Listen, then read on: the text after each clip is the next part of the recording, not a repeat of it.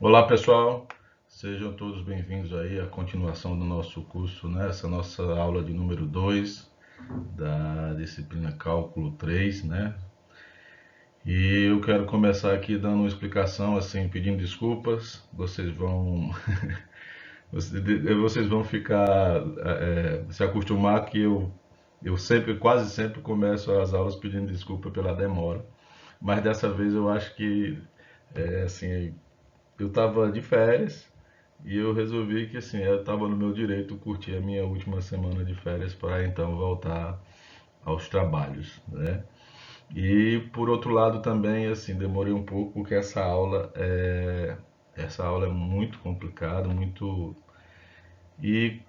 eu acho que não vai ser só essa aula, né? O curso de cálculo 3 ele é um curso que tem muitas figurinhas. Essas figurinhas elas não são bidimensionais, são figurinhas tridimensionais e para piorar assim para o meu lado, eu gosto de fazer essas figurinhas de forma que elas sejam animadas. Então assim, se a figura entrasse na tela toda ela de uma vez seria mais fácil, mas eu preciso que entre uma parte, depois entre outra parte, de modo que cada uma das partes vai acompanhando a explicação, e isso demanda um tempo muito longo, tá bom? Mas eu acho assim que quando eu vejo a aula, eu acho que ficou legal, né? Eu gosto do resultado, me perdoe a falta de modéstia, tá bom? Eu espero que vocês gostem também. E eu acho que no decorrer do curso nós teremos vários atrasos, tá bom? Infelizmente, tá? Eu queria ser menos perfeccionista na hora de produzir uma aula, mas infelizmente eu não consigo, é maior do que eu, tá bom? Essa aula de hoje nós falaremos sobre a integral dupla, né?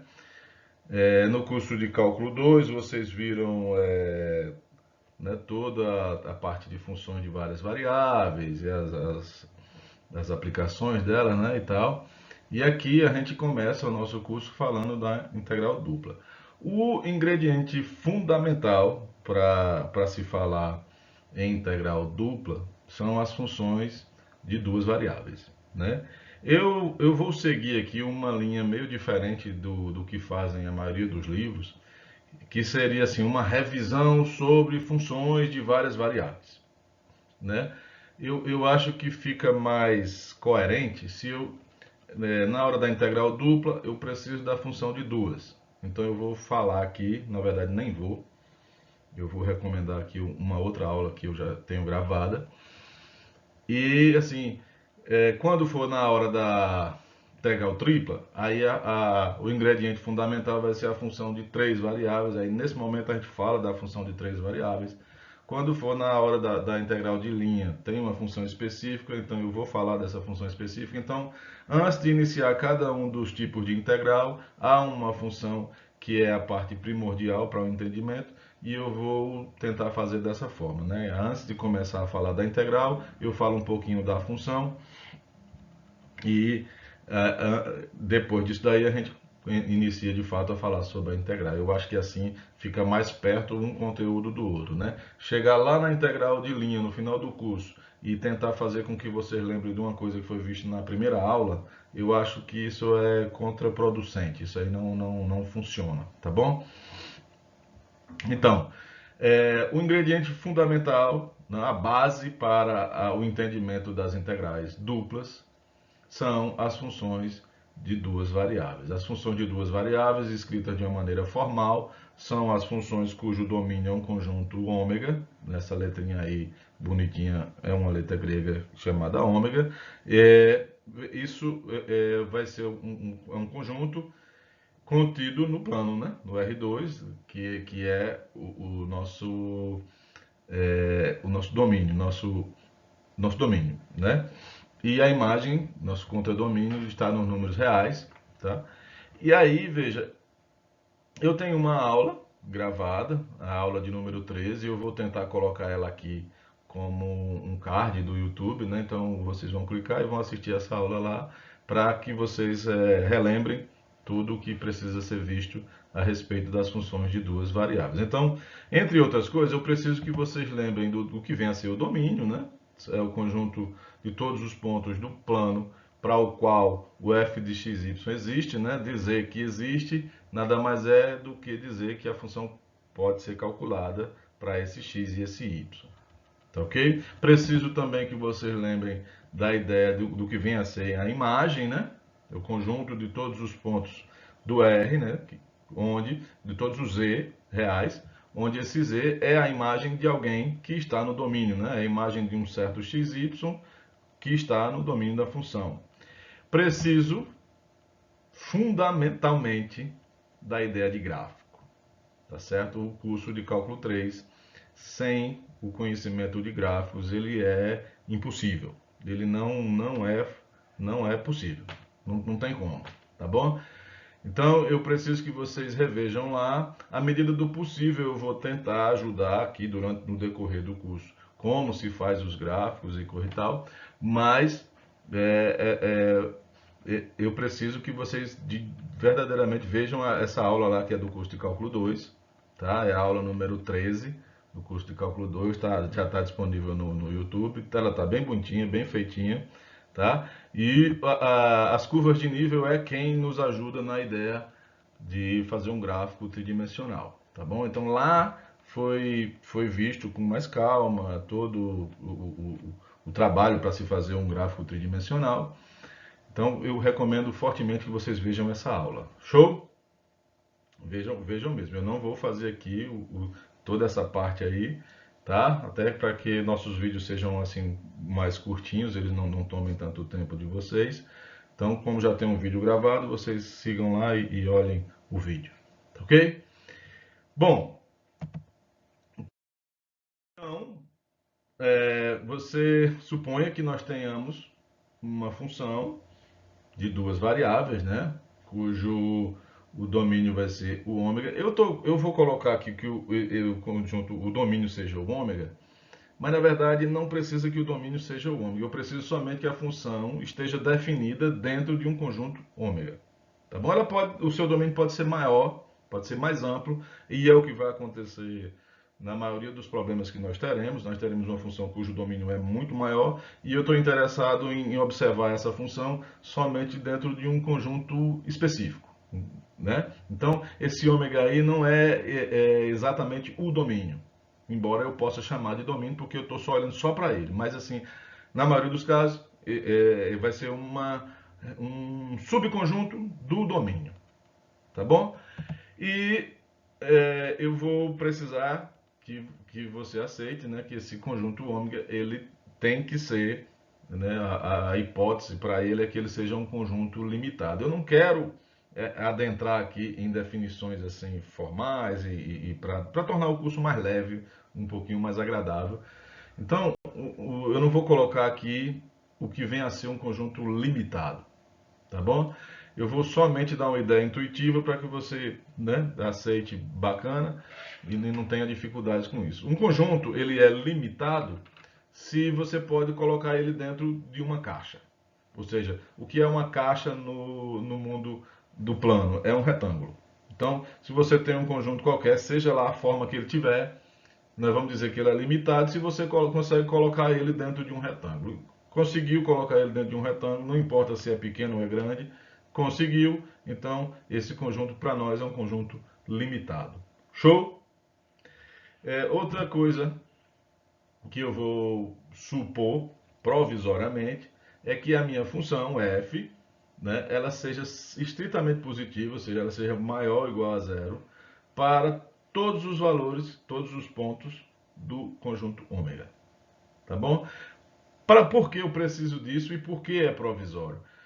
Eu preciso disso para que eu vou tentar deduzir aqui a maneira como a integral dupla nasceu, como ela surge, tá bom? E se vocês lembrarem lá do cálculo 1, como é que a integral simples, a integral de Riemann nasce, ela nasce motivada por a ideia de área, né? Assim, eu preciso calcular a área e aí você supõe que a função ela é estritamente positiva para que você tenha um conjunto, não uma região que tenha área, né? E aí, professor, o que seria uma região que não tem área, né? Toda região tem área, mas assim, se você pega uma região que uma parte dela está do lado negativo, então você teria uma espécie de área negativa. Então, por isso que a gente coloca sempre estritamente positivo. E aí aqui eu vou fazer uma hipótese semelhante, que é justamente essa, né? O f de xy seja maior ou igual a zero, para que eu possa falar em volume. Tá? Então, o que motiva a dedução da integral dupla é o volume, o cálculo de volumes.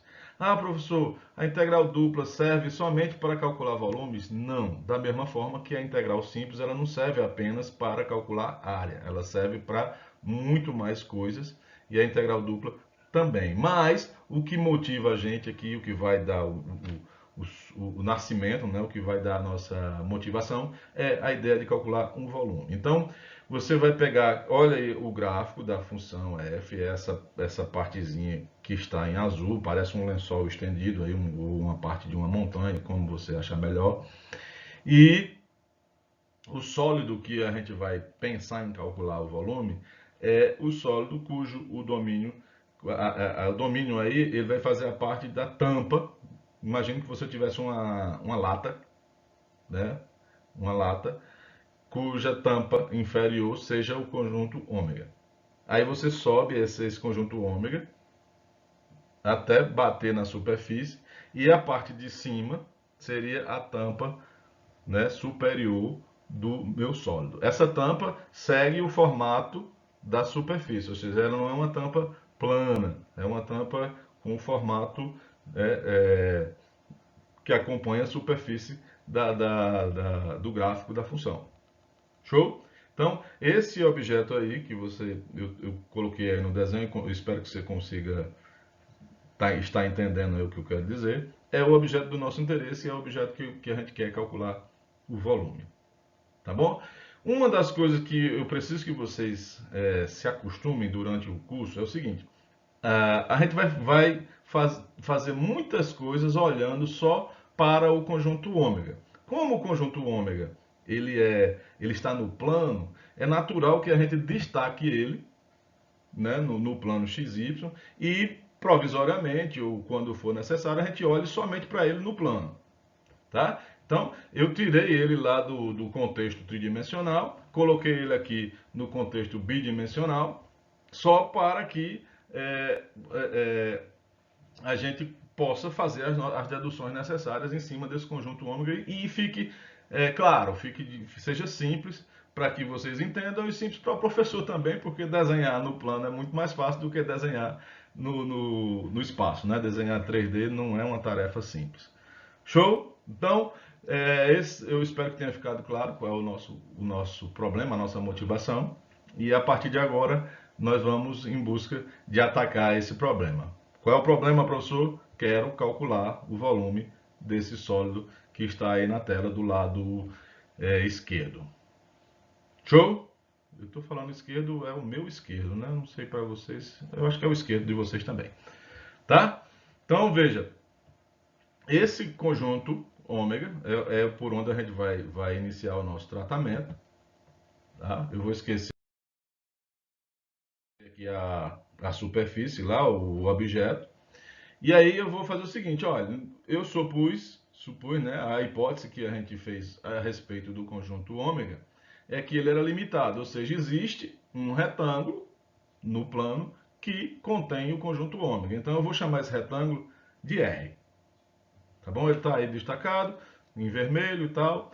E aí, veja, vamos supor que esse retângulo ele tenha as dimensões, né? Na direção do eixo X, ele tenha AB como intervalo. Né? Na direção do eixo Y, ele tenha CD como intervalo, né? A lateral. Tá bom? Então, feito isso, eu vou apelar aqui para que vocês lembrem da ideia de partição. Então, eu vou pegar o intervalo AB, né, na direção do eixo X, e vou subdividir esse intervalo AB em vários intervalozinhos pequenininhos. Tá bom? Então, cada um dos extremos desses intervalos eu vou chamar de x0, x1, x2 ou um xi. Tá ok? Sendo que o primeiro, o x0, coincide com o A, e o último, o xn, coincide com o B. Essa divisão, ela não precisa ser intervalos iguais. Embora, para facilitar a minha vida, eu vou desenhar como se fossem iguais, mas não é necessário que sejam iguais. A subdivisão ela pode ser qualquer. Tá bom? Da mesma forma, você vai pegar o intervalo C e D, perdão, CD, e vai particionar ele também, tá bom? E aí a gente vai fazer várias divisõezinhas, né, os intervalozinhos, os extremos desses intervalozinhos eu vou chamar de y0, y1, y2 até o ym, tá? Professor, por que que o senhor usou n na partição do intervalo x, do intervalo AB, e m na partição do intervalo CD? O que eu estou querendo dizer é que a quantidade de divisões que você fez no intervalo AB não precisa ser igual à quantidade de divisões que você fez no intervalo CD. Uma não tem nada a ver com a outra. Tá ok? Da mesma forma, o y0 coincide com o C e o ym coincide com o D. Tá ok? Professor, por que que o senhor colocou só menor, não tem menor igual? Quando você admite, por exemplo, que o x1 seja igual ao x2, seria como dizer que há um intervalo de comprimento zero. Então, não, todos os extremos são diferentes um do outro. Eu estou querendo dizer que os meus subintervalos, todos eles têm algum comprimento. Não tem nenhum subintervalo de comprimento zero. Tá ok? Quando você faz isso, né, eu dividi o intervalo AB em vários subintervalos, dividi o intervalo CD em vários subintervalos, e agora eu vou passar várias linhas horizontais e verticais passando por esses extremos dos intervalos. Isso vai me gerar, né, uma malha, tá bom? Olha, eu quero que você perceba o seguinte: quando eu particionei o intervalo AB, né, x0, x1, x2 até xn, significa que eu dividi em n subintervalos. Tá ok? Eu estou, por enquanto, só dando nome aos bois. Eu vou chamar de delta xi. Eu preciso de uma maneira de me referir a cada um dos subintervalos dentro do intervalo AB. Então, veja, o delta xi é o xi menos 1. Calma aí, dá pausa, pensa, tá bom? O que que vem a ser o delta x1? Aí você vai aí no i, troca ele por 1. Vai ficar assim, x1 menos x0. Tá certo? Então, o seu primeiro intervalo na partição que divide o intervalo AB é o intervalo que vai do x0 até o x1. O segundo vai ser do x1 até o x2. O terceiro vai ser do x2 até o x3. Então, quando eu defino ΔXi, eu estou dizendo a você como é que calcula o comprimento desse intervalo, desse subintervalo, e eu estou fazendo isso de maneira genérica, porque eu preciso me referir a todos eles, e preciso fazer isso dessa forma porque, como eu disse anteriormente, esses comprimentos eles não são iguais. Porque se fossem iguais, bastava eu chamar de ΔX, porque seriam todos ao mesmo comprimento, então, tá bom? Mas não é. Então, veja, você tem N subintervalos, eu vou me referir a cada um deles como ΔXi. Na verdade, eu não estou me referindo ao subintervalo, eu estou me referindo ao comprimento do subintervalo I, tá bom? E esse I varia de 1 até N. Espero que esteja ficando claro aí para vocês, tá bom? Mais na frente eu vou precisar me referir a uma coisa chamada ΔX. Perceba que agora é um ΔX sem o índice, não tem o I. Então há uma diferença entre o ΔX e o ΔXi. O que vem a ser o ΔX sem o índice? É o maior de todos os ΔXi. Então você vai percorrer os N subintervalos na direção do eixo X, olhar qual é o maior, esse cara aí vai se chamar ΔX. Tá bom? Aí, da mesma forma, eu estou só fazendo observações agora. O que foi quando você pegou a partição Q do intervalo CD, você criou M subintervalos, tá ok? E aí, cada um deles eu vou chamar ΔY, tá bom? Por que, professor, você não chamou I também? Porque o I é usado para me referir aos subintervalos na direção do eixo X, e esse I só vai de 1 até N. Já aqui, para me referir aos subintervalos que estão na partição do intervalo CD, eu vou usar outra letra, um J, porque o J vai variar de 1 até M, porque são M subintervalos. Tá bom? Então, da mesma maneira, quem vem a ser o ΔY0, ΔY1 é o Y1 menos o Y0. Eu estou falando do primeiro subintervalo, que vai de Y0 até Y1. Tá? Aí vai ter outro que vai do Y1 até o Y2 e assim sucessivamente até chegar no último que vai do YM menos 1 até o YM. Perceba que o último vai até o YM. Por isso que o J varia de 1 até M. Pessoal, são muitos nomezinhos, nada de difícil, tudo muito simples, muito fácil. Agora, faça isso com calma. Veja isso com calma. Não acelere o processo, tá bom? É muito trivial o que a gente está vendo aqui, mas são muitas letrinhas. Muitas letrinhas e eu acho que vocês devem estar sentindo saudade dos números. Tá bom? E aí, da mesma forma, eu preciso definir o ΔY sem o índice. E aí o ΔY é o maior de todos os ΔYIs. Então você vai percorrer todos os subintervalos da partição Q, da partição que subdivide o CD. Olha qual é o maior, tá bom? Esse daí você vai chamar de ΔY. Tá ok? Professor, se tiver dois iguais, escolhe um. Não tem problema. Tá ok? Então, veja, isso gerou uma malha, tá bom? Em cada um dos extremos dos intervalos, dos subintervalos, você passou uma linha reta horizontal, uma outra linha vertical, e aí gerou um quadriculado. Na verdade, chamar quadriculado há um erro, porque não são quadrados, são retângulos. Tá bom? Lembre-se, esses subintervalos não são de comprimentos iguais, nem na direção do eixo X, nem na direção do eixo Y. São variados, né? Então, o correto seria fazer uma malha aí toda ela irregular, tá? Mas, para facilitar a minha vida, e eu acho que não estou prejudicando vocês, eu desenhei todo ele igualzinho, só para um efeito visual, tá bom? Bom, dito isso, eu quero que vocês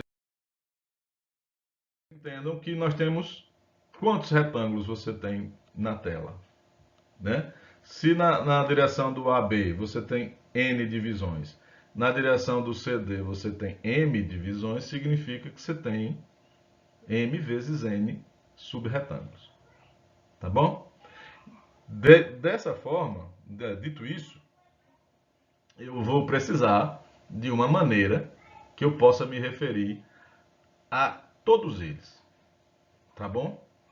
E aí, como é que eu faço para me referir a cada um deles de uma maneira precisa, sem gerar dúvidas, né? E seja genérico, seja geral. Então, o que nós vamos fazer é o seguinte: eu vou chamar de R e J, tá bom? O retângulo que fica, ó, o I, ele identifica que eu estou me referindo ao subintervalo que vai de xi menos 1 ao xi. E o J, ele identifica que eu estou me referindo ao subintervalo na direção CD, na direção do eixo Y, que vai do YJ menos 1 até o YJ. Tá bom? E aí, o I, como já foi dito, varia de 1 até N, e o J varia de 1 até M. Então, veja que, feito dessa forma, eu consigo me referir a qualquer um dos retângulos.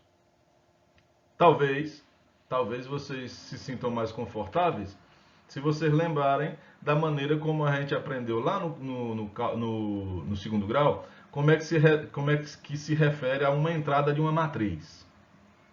Né? A gente tem um índice para linhas e tem um índice para colunas. E aí você faz o A12, o A13, o A34. Né? Você está dizendo qual é a linha e qual é a coluna. Aqui é a mesma coisa. O I, ele vai me dizer qual é a coluna, e o J me diz qual é a linha. se você entender que nesse quadriculado você tem linhas e tem colunas de retângulos.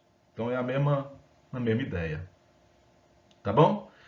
Veja, se você entendeu isso, observe que eu posso calcular a área de cada um desses retângulos. Então, o retângulo IJ vai ter uma área AIJ, tá certo? E aí é só você pegar, né? Como são retângulos, você pega a base vezes a altura, multiplica um pelo outro. Então, o retângulo IJ, RIJ, ele tem base XI menos XO, perdão, XI menos 1, e a altura YI menos YI menos 1. YJ menos YJ menos 1. Tá bom? Perdão, eu não vou nem tentar refazer o vídeo, porque eu vou cometer vários deslizes assim, de trocar I por J e coisa e tal. Tentem, por favor, me acompanhar, que você não vai se perder. Mas vai ser comum eu trocar as letrinhas na minha fala. Tá bom? Show? Aí, se você lembra do slide anterior, XI menos XI menos 1 é o que eu chamei de delta YI.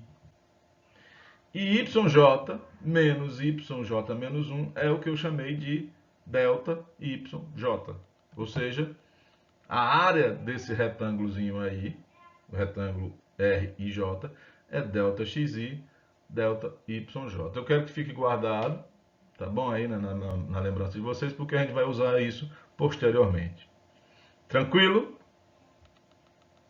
Professor, eu estou acompanhando de boa aqui, não estou tendo dificuldades, está tranquilo. Normal, não é para ter mesmo não. Não tem nada de extravagante, nem nada que seja nem sofisticado ainda. Só é uma dedução muito simples o que foi feito, né, para a integral dupla. Não tem nada de misterioso. Tá bom? Segue o bonde aí.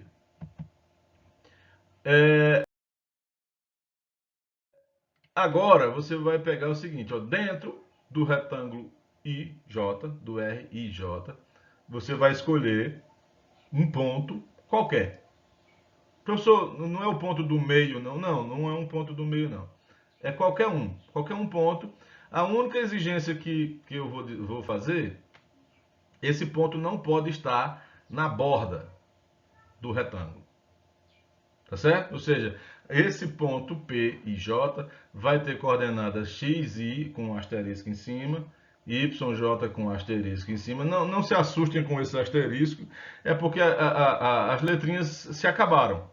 Então eu não quis usar um R e um S, ou sei lá, eu fiquei sem opção. Então a maneira que eu encontrei foi colocar um asteriscozinho em cima para indicar que esse xi e asterisco não é o xi. Tá bom? O YJ asterisco não é o YJ. Tá bom? Então, quem é o XI asterisco? É qualquer um valor que esteja entre o XI menos 1 e o XI.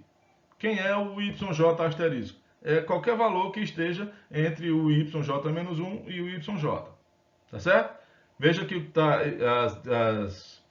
as desigualdades, né, estão todas elas estritas, né? Não é menor ou igual em nenhum momento. Isso é o que traduz ao que eu disse há pouco, né? Que o ponto está dentro do retângulo e ele não é um ponto da borda. Tá ok? Show? Então, com essa escolha, por que eu estou pegando essa ideia desse ponto, né? Eu vou precisar, esse ponto, apesar dele ser qualquer, eu preciso dele, tá bom? E aí, veja, você vai fazer o seguinte, eu vou definir uma altura. Daqui a pouco você vai ver onde é que essa altura entra, né? A altura eu vou chamar de H e J, ou seja, para cada um desses retângulozinhos você vai definir uma altura. Lembre-se que esse domínio aí, ele está no plano, lá na figura 3D, então ele está deitadozinho aqui no plano XY, e eu vou definir uma altura, tá bom? Então é como se eu vou criar prismas, eu vou criar, você pode enxergar como prismas de base retangular, ou você pode enxergar como paralelepípedos bem compridos, né? Não sei, hexaedros também, né? São prismas de base retangular, quem é a base? É o retângulo RIJ, e eu preciso de uma altura para esse prisma. E aí, por que eu estou fazendo isso? Porque eu vou falar de volume daqui a pouco. Tá bom? Então, a altura que nosso prisma vai ter vai ser o seguinte, olha. Pega o PIJ, tá bom? E calcula o F, a imagem do PIJ. Agora, veja, esse PIJ tem que ser alguém que está dentro do retângulo e dentro do conjunto ômega. Se você conseguir encontrar, por isso que eu coloquei lá, é qualquer um.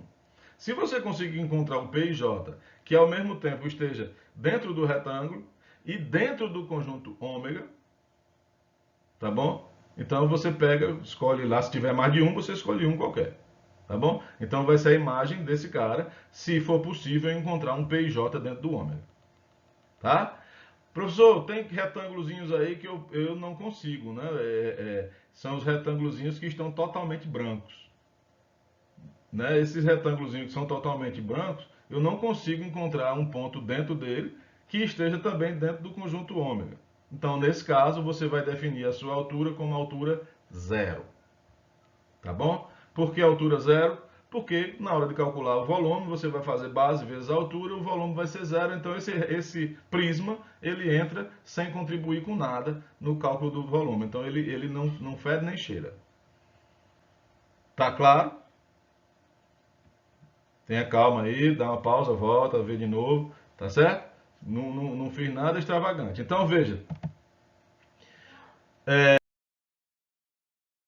com essa definição aí, o que acontece é o seguinte, olha, eu estou marcando aí de azul todos os retângulos que você vai ter uma altura, né? Você vai conseguir encontrar um PIJ dentro do conjunto ômega, tá bom? Para cada um desses retângulos aí, você vai conseguir definir uma altura baseada na função f.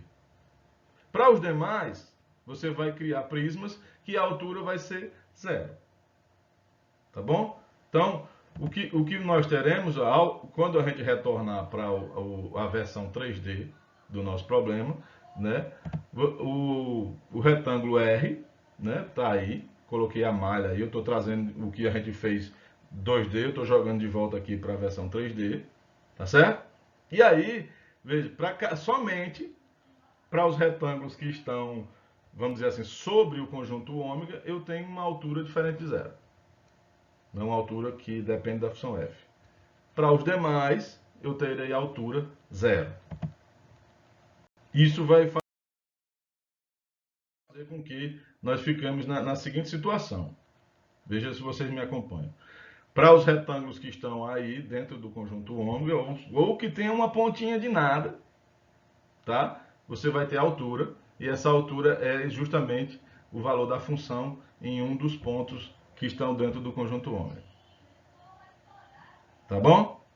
Então, veja, você vai pegar, né, o retângulo RIJ, né, esse retângulo RIJ, você tem um ΔXi como uma das laterais, ΔYJ a outra lateral, e o prisma vai ter a altura H e J. Veja que eu posso fazer isso para todos os retângulos que tem aí. Todos os retângulos.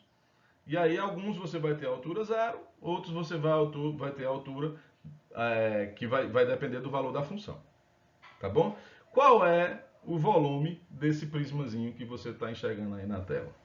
Se vocês estiverem me acompanhando, né, é a área da base vezes a altura. A base é ΔXi, ΔYJ, a altura H e J. Confere? Tá bom? Aí vocês vão se lembrar quem é esse H e J. Eu inverti a ordem aí do produto, tá? É o F de XI asterisco, YI asterisco, né? Que é o PIJ, multiplicado por ΔXi, ΔYJ. Show? Se eu sei fazer o cálculo do volume de um dos prismas, eu sei fazer de todos. Confere? É justamente o que eu vou fazer. Então eu preciso de alguma forma dizer a vocês o seguinte, olha, o volume que eu quero calcular, ele vai ser aproximadamente, veja, aproximado porque tem erros, né? Esse cálculo não é exato, tá bom? E eu preciso, de alguma forma, dizer, olha, nós temos que somar todos os volumes de todos os prismas, tá bom? E aí eu peço calma nessa hora para que vocês entendam assim, como é que eu vou conseguir dizer para vocês, de uma maneira formal, percorra todos os retângulos do retângulo maior, do retângulo R. Então, se você entender, você pode pensar como se a malha que nós definimos aí no retângulo R como se fosse uma matriz. Você pode entender também como se fossem ruas e casas, tá bom? Então, a maneira que nós temos para fazer isso, não se assustem, por favor, é o seguinte, olha, são N colunas, em cada coluna você tem M entradas. São M colunas e N linhas. Você pode dizer assim, ó, entre na linha I e percorra as M entradas. Né? Entre na linha 1, percorra as M entradas. Depois, entre na linha 2 e percorra as M entradas. Entre na linha 3, depois percorra as M entradas. Então veja como é que isso vai ser feito. Tem um somatório duplo, tá bom? Então o somatório você vai fazer o seguinte, olha, você fixa o I em 1, e aí você percorre o J de 1 até M. Depois o I vai para 2, e aí o I de novo vai de 1 até M. De certa forma, o que eu falei para vocês. Entra na linha 1, percorre todas as casas. Depois você vai para a linha 2, percorre todas as casas. Linha 3, percorre todas as casas. E você faz assim sucessivamente para todas. Isso é uma maneira de dizer percorra todos os retângulos que você tem aí. Todos mesmo. Tá? Os que vão ter altura 0 e os que vão ter altura F. F de P e J. Tranquilo? Tranquilo? Aí você se lembra quem é o V e J, eu vou trazer para cá. Tá bom? E qual é a maneira que nós temos, essa é uma pergunta bem batida, bem surrada, para que a gente possa eliminar o erro, né? Esse cálculo aí, ele deixe de ser aproximado e passe a ser um cálculo exato. Tá certo? E aí vocês já estão com a resposta na ponta da língua, qual é? Pega a partição do intervalo CD, AB, perdão, e faz ela mais fininha possível. Você vai aumentar a quantidade de retângulos indo para o infinito. Tá certo? Pega a partição do intervalo CD e faz a mesma coisa. Como é que eu digo isso matematicamente? Tá bom? Vamos fazer isso usando a ideia de limite, tá? E na ideia de limite, como é que isso vai ficar? Eu vou pegar o ΔX, lembra que a gente se referiu ao ΔX lá atrás? Quem é o ΔX? É o maior do ΔXi. Se eu faço o maior se aproximar de zero, então eu estou fazendo todos os demais se aproximar de zero também. ΔY é o maior dos ΔYJ.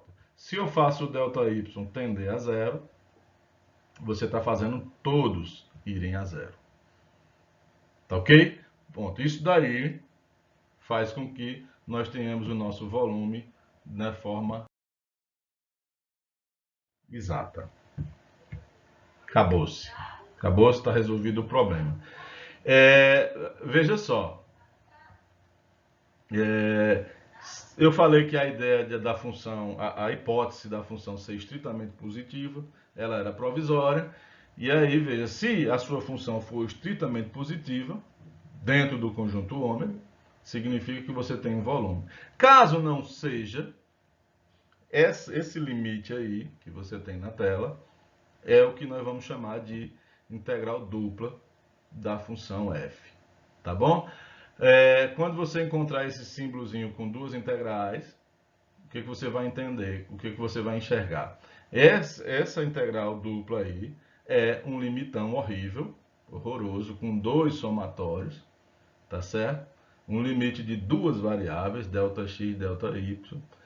E o que eu acho bacana das integrais em si, né? Se você observar e tentar lembrar né, o que você aprendeu a respeito de limite, você vai ver que nada do que você aprendeu serve para calcular esse limite aí. Esse limite aí é um limite onde, à medida que o ΔX se aproxima de zero, ou o ΔY se aproxima de zero, a quantidade de termos que tem na expressão vai aumentando. Então, nada do que foi estudado lá no cálculo 1 envolvia expressões dentro do limite que vão mudando. Na verdade, você, quando aprendeu a fazer limite, a sua expressão era fixa. O que mudava era o valor da expressão. Mas a expressão ela estava ali paradinha, quieta. À medida que a variável muda, o valor da expressão vai mudando. Mas a expressão em si não mudava. Esse limite aí, tá entendendo? Se você pegar um ΔX igual a 0,5, você vai ter, vamos supor, 10 termos. Quando você pegar o ΔX igual a 0,25, você vai ter 20 termos. Ou mais. E aí, à medida que ΔX vai se aproximando de zero, ΔY vai se aproximando de zero, a quantidade de termos vai se aproximando do infinito, cada vez maior. Nós não temos ferramenta para resolver esse limite aí. Tá certo? É uma coisa que eu digo a meus alunos: é o seguinte: se fosse eu que estivesse deduzindo isso aí, tivesse chegado a essa conclusão aí, eu teria pegado e teria jogado no mar. A minha conclusão seria: isso aí não serve para nada. Não, serve, não tem utilidade nenhuma. Tá certo? Mas nós vamos ver na aula que vem que há uma maneira de passar a perna, dar um balão nesse limite aí e resolver ele sem resolver diretamente. Então nós vamos resolver de forma indireta, nós vamos achar uma outra coisa que é equivalente a esse limite aí, e para essa outra coisa eu sei resolver. E é assim que a gente vai conseguir ter alguma utilidade para essa integral dupla aí. Tá ok? Então, veja, por hoje é somente o que eu quero que vocês entendam, né? A integral é essa daí, tá? Se a função for estritamente positiva, você tem um volume. Se você não tem uma função estritamente positiva, você tem a integral, né? E aí essa integral, nós vamos ver nesse curso ainda outras utilidades para ela, além da ideia de volume, além da função de calcular volume, né? E no decorrer a gente vê isso, tá ok? Por hoje era isso, tá bom? Eu estou tentando fazer minhas aulas curtinhas, de modo que vocês não se estressem, né? Não fiquem cansados, tá bom? Fiquem todos com Jesus, um grande abraço e até a próxima aula.